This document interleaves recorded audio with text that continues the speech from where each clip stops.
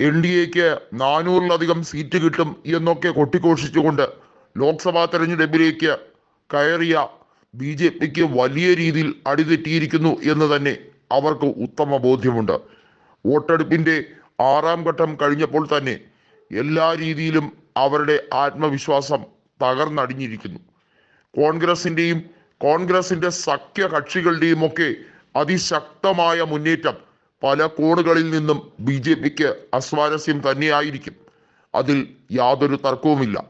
എന്നാൽ BJPയുടെ കേവല ഭൂരിപക്ഷ സ്വപ്നം പോലും ഇനി നടക്കില്ല എന്നുള്ളത് വ്യക്തമായി കഴിഞ്ഞിരിക്കുന്നു. നിങ്ങൾ 4ൽ 3 ഭൂരിപക്ഷം തരൂ, ഞങ്ങൾ ഭരണഘടനയെ തന്നെ മാറ്റിമറിക്കാം എന്ന രീതിയിൽ രാജസ്ഥാനിൽ ഒരു BJP സ്ഥാനാർത്ഥി പറഞ്ഞ വാക്കുകൾ അത് എത്രത്തോളം വിവാദകരമായിരുന്നു എന്നുള്ളത് എല്ലാവർക്കും അറിയാവുന്നതാണ്.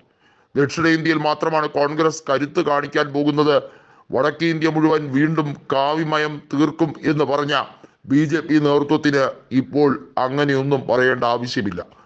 RSSും BJPയും തമ്മിലുള്ള വലിയ രീതിയിലുള്ള അഭിപ്രായ വ്യത്യാസം BJP നേതൃത്വത്തെ ചുഴറ്റി അടിച്ചിരിക്കുന്നു എന്ന് തന്നെ പറയേണ്ടി വരും.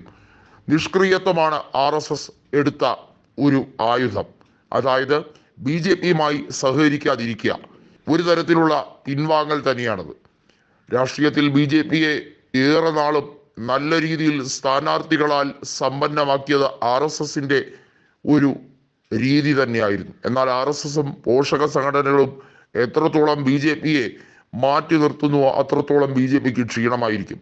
JP നദ്ദയ്ക്ക് കൃത്യമായി അടിതെറ്റിയിരിക്കുന്നു എന്ന് മനസ്സിലാക്കി കഴിഞ്ഞു. കോൺഗ്രസ് നേതൃത്വം ഒറ്റയ്ക്ക് ഭൂരിപക്ഷത്തിൽ വന്നില്ലെങ്കിൽ പോലും 250-നടുത്തേക്ക് സീറ്റുകൾ എത്തിയാൽ ഇന്ത്യ മുന്നണിക്ക് അത് വലിയ പ്രചോദനമായിരിക്കും. അതുകൊണ്ടാണ് ബംഗാളിൽ മമതാ ബാനർജി തൻ്റെ രാഷ്ട്രീയ കുബുദ്ധി പുറത്തെടുത്തത്. ഇന്ത്യ മുന്നണിയെ ഞങ്ങൾ പുറത്തുനിന്ന് പിന്താങ്ങുമത്രേ. താല്പര്യം ഏതൊക്കെ രീതിയിലാണ് മമതാ ബാനർജി മാറ്റിമറിക്കുന്നതെന്ന് ആർക്കും പറയാൻ കഴിയില്ല. BJP ഒരു നല്ല ഓഫർ കൊടുത്താൽ ഒരു മടിയും കൂടാതെ അവർ പോകും എന്നുള്ളത് കാലാകാലങ്ങളിലായി തെളിയിക്കപ്പെട്ട സത്യം തന്നെയാണ്. അതുകൊണ്ട് തന്നെ മമതാ ബാനർജിയുടെ വാക്കിന് പുല്ലുവരിയാണ് കോൺഗ്രസ് കൽപ്പിക്കുന്നത്.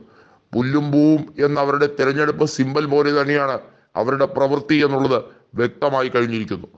മമതയെ മാത്രമല്ല, കൃത്യമായി കോൺഗ്രസിനോട് അള്ളുവെക്കാൻ ശ്രമിച്ചവർക്ക് പോലും BJPയുടെ തിരിച്ചടി ഭയന്ന് കോൺഗ്രസെ ശരണം എന്ന രീതിയിലാണ്.